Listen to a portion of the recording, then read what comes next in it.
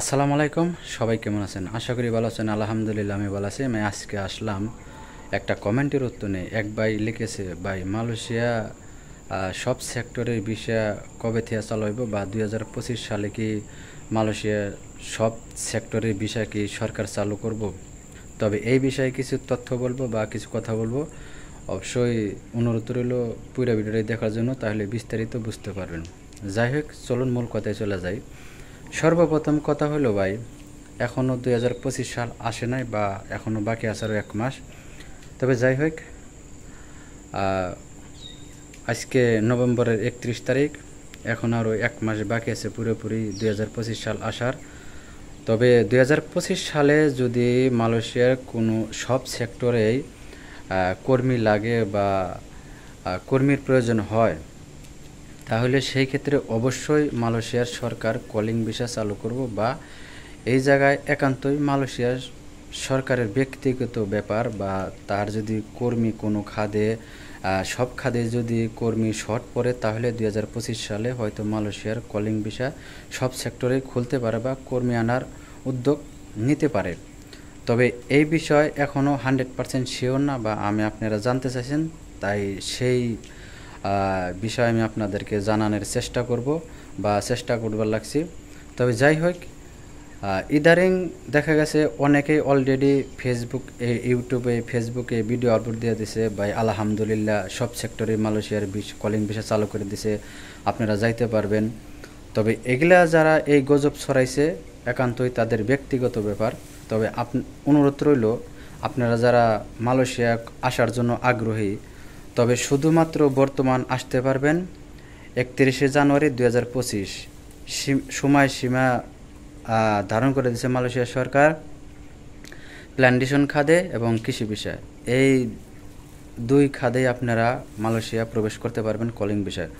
অন্য কোনো সেক্টরে বা অন্য কোনো কাজের বিষয় মালয়েশিয়া বর্তমান চালু করে নাই। যদি আপনাদেরকে বলে মালয়েশিয়ার সব সেক্টরে ভিসা চালু হয়েছে, ফ্যাক্টরিতে বা আপনার construction, marketing visa, shopping mall,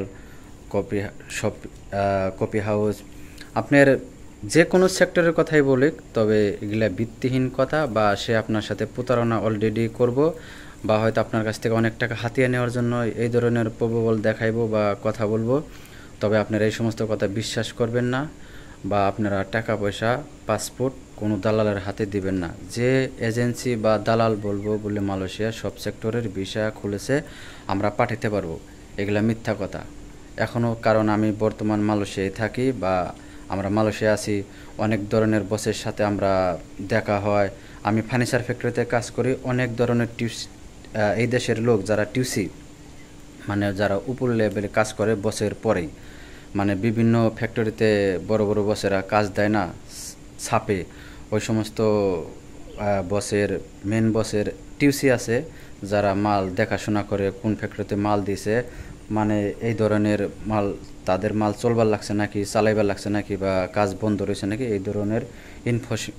এই ধরনের আপনার ইনফরমেশন দেওয়ার জন্যই তারা ফ্যাক্টরিতে ঘুরে বেড়ায়। যদি কোনো এই ধরনের লোক আসে, এই টিউসিগুলো আসে, মালয়েও থাকে, আপনার চাইনিজও আছে, তবে তাদের সাথে আমরা কথা বলে জানি আসলে কি মালয়েশিয়া সব সেক্টরে ভিসা চালু করছে।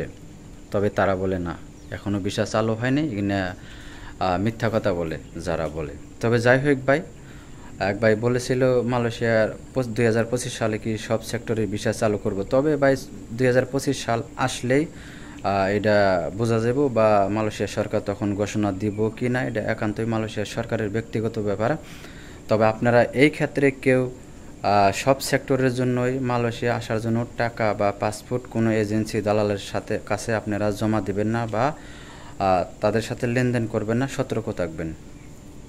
যাই হোক, এরপর হলো আপনারা যারা মালয়েশিয়া প্ল্যান্টেশন খাদে আসার জন্য আগ্রহী, অবশ্যই তারা আসবেন। তবে সীমিত টাকা, আপনারা কেউ 4 লাখ, 4.5 লাখ বা 3 লাখ, 3.5 লাখ টাকা দেয় এই সমস্ত কাজে আসবেন না, কারণ এগুলা মালয়েশিয়া সরকার একদম ফ্রি করে দিছে।